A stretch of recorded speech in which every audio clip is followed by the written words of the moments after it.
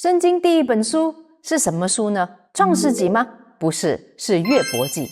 原来圣经第一本书就记载了一个这么悲惨的故事，这么痛苦的约伯。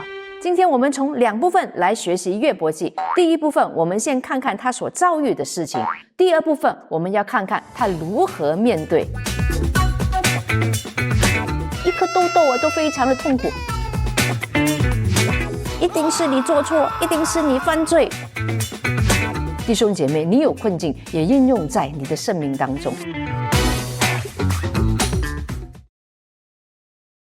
有一天，约伯在吃饭的时候，日子像平常一样，但是突然间就有人来跟他报信：苦难一，倾家荡产。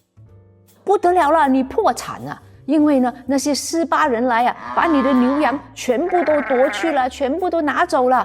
那个时候，当然牛羊是最宝贵的，拿走了就是破产。苦难二，子女皆亡。结果他还没有回过神来的时候，有另外一组人来跟他说：不得了啦，你的儿女们呢，全部都是在长子那边在吃饭，但是吃饭却刮起了一阵大风，结果呢，房间呢全部都倒塌了，全部都压死了。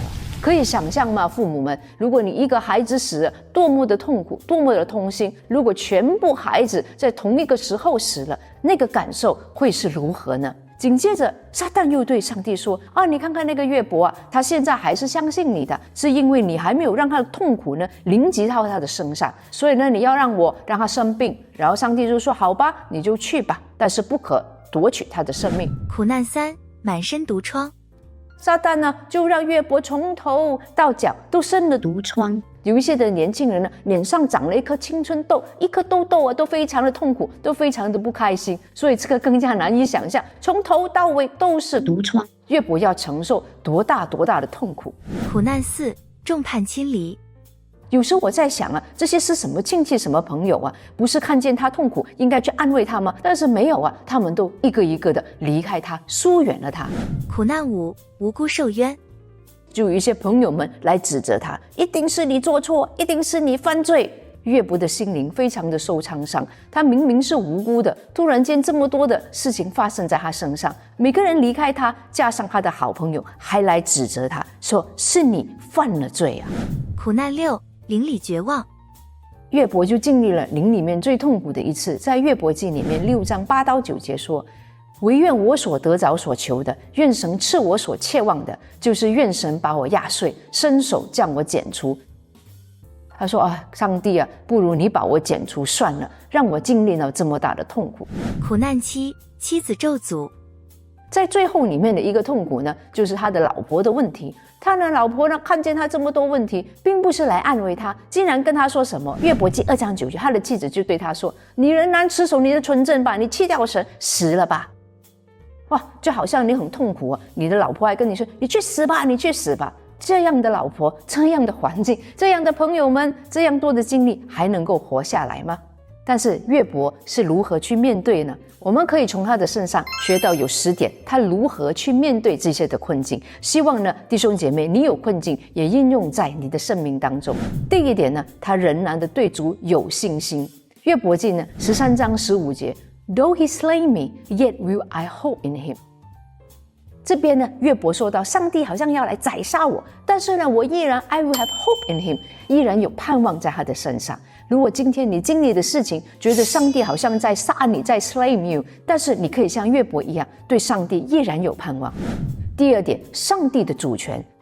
上帝是有大能力的，上帝有时候所做的事情，我们不一定能够理解。在约伯记38章第4节，我立大地根基的时候，你在哪里呢？你若有聪明，只管说吧。那个时候呢，约伯就跟上帝有一个争吵，就说为什么有这些苦难发生在我身上？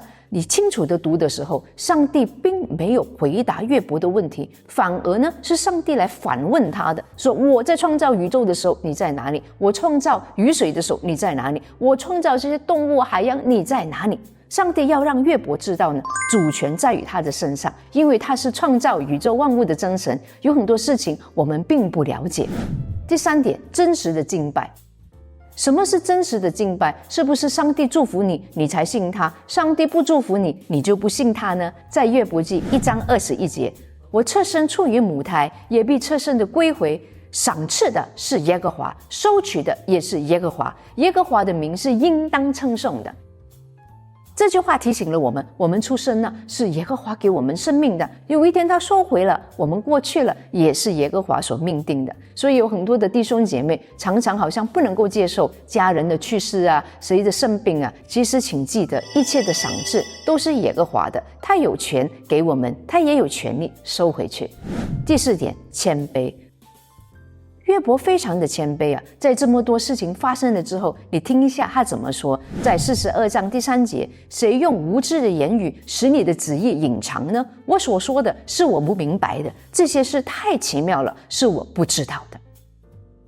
弟兄姐妹，我希望有时候上帝没有听我们的祷告，或者很多事情我们不知道的时候，我们可以像约伯一样说，这些事情太奇妙了，我都不知道，但是我淡淡的降服于你，这个是真正的谦卑。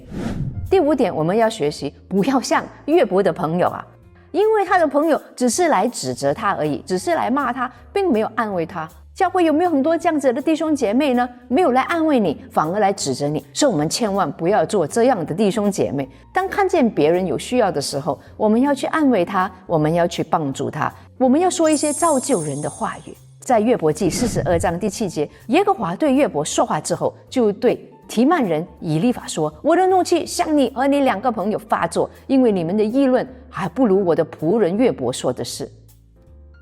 因为很多人呢都会议论纷纷，但是上帝并不喜欢。第6个，试验后变成精金。这个是约伯非常了解的，他经历了这么多的困难之后，因为他的生命呢好像面如精金一样。约伯记23章10节说，然而他知道我行的路，他试炼我之后，我必如精金。这位的 worship leader 就写了这首歌，说上帝啊，请你修剪我啊，请你来磨练我，让我更加成精金。我在带领这首诗歌的时候，我心里面呢其实觉得哇，真的了不起的信心啊，还可以叫上帝来试炼我。所以弟兄姐妹，你希望灵命更好的话，你要做这个祷告，说上帝求你来试炼我，让我经过试炼之后，让我的灵命，让我的信心可以成为精金一样。第7点，上帝有怜悯有祝福。经过了这么多的痛苦，但是上帝呢，把所有的都还给约伯，大大的赐福于他。在约伯记42章第10节，约伯为他的朋友祈祷，耶和华就是约伯从苦境转回，并且耶和华赐给他的比他从前的所有都加倍。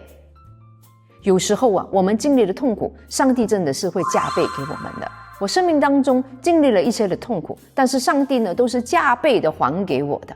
在我的敌人面前为我摆设宴席，上帝呢就是喜欢祝福我们的上帝。第8个就是 why 这个问题，弟兄姐妹不要再问 why 了，不要再问为什么，反而呢要学约伯一样。42章第2节说，我知道你万事都能做，你的旨意不能难阻。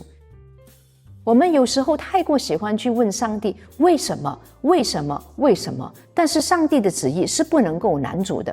不要再去问为什么有这些苦难发生在我和我的家人身上，反而你要祷告说，上帝你的旨意不能够阻拦，我要来接受，我知道这是对我好，对我灵命好的。因为呢，万事互相效益，叫神的人可以得益处。第9个，我们要学习约伯原谅他的朋友。约伯竟然没有恨他们，竟然还愿意为他们祷告，这个朋友还不错的。你有没有这样子的经历呢？当你得罪了别人之后，那位弟兄或姐妹来原谅你，你是不是心中更加的感动，更加的明白到上帝的大能呢？在约伯记42章第10节，约伯为他的朋友祈祷，耶和华就使约伯从苦境转回。我们要为我们的朋友祈祷，就算他们得罪了我们，我们要为他祈祷，要原谅他们。第10点，其实撒旦并没有多大的能力，他可以来破坏，好像打扰我们的生活，但是生命的主权依然在上帝的手中。约伯记1章12节，耶和华对撒旦说，凡他所有的都加在你手中，只是不可伸手加害于他。于是撒旦从耶和华的面前退去。所以弟兄姐妹，当然我们不希望我们的生命会经历到约伯所经历的一样，但是可能我们会经历一点点像约伯这样的一个苦难，到时候千万不要忘记拿出我们的信心来相信上帝，谦卑的来认可他的大能，让我们的生命越来越像耶稣基督，可以炼成精金一样。所以朋友们，如果你喜欢我们的频道的话，请按 subscribe， 请 follow 我们，也要打开你的小铃铛，那么你就不会错过任何一集的教导了。